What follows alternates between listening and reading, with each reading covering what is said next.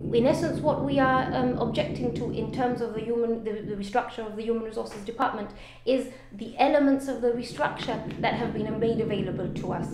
And to put it in a nutshell, it's just not necessarily even the splitting of the department into two teams. It's the influx of non-civil servants into the department and the making of one of the two HR director posts a non-civil service post.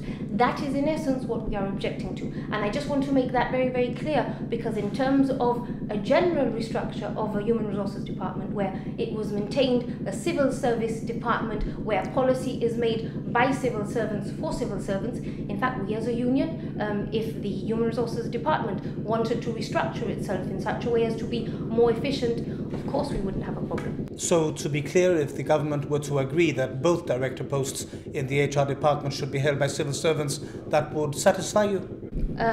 Yes, I think that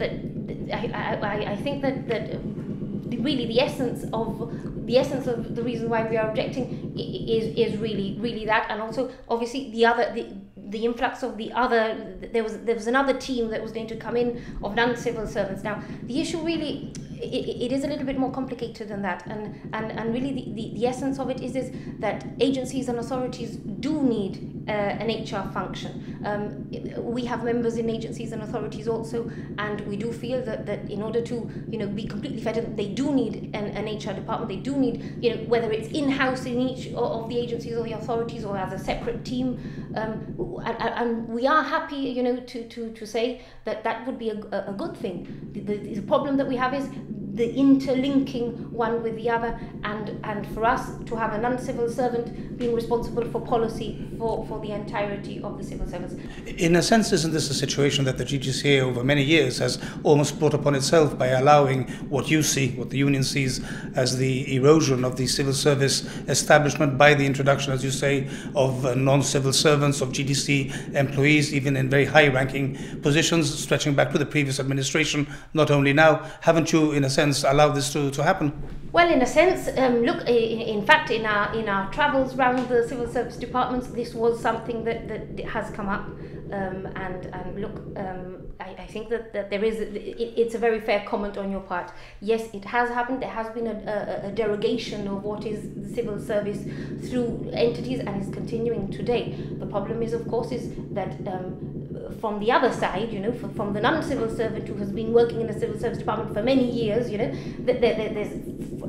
we can understand how for those people our stance now can seem unfair. But we are where we are today, and what we need to do is to work together.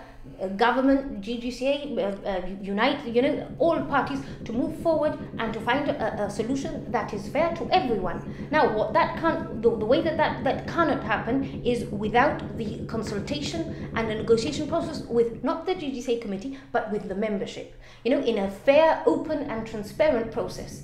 I don't think that the GGCA membership is unreasonable. And by and large, as I've gone getting to know the membership, I've come to see that they are very reasonable, very intelligent, and happy to negotiate and to come to an agreed position. But it has to be transparent and open. Well, hopefully, from your point of view, you will have that meeting with the Chief Minister and this whole situation will be resolved amicably.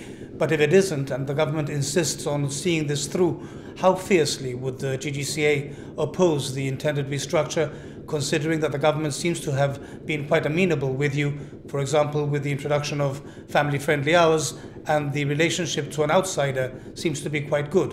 How far are you prepared to go? That would be a matter that would be entirely up to the membership. I mean, given I'm very keen on doing things in a very staged manner.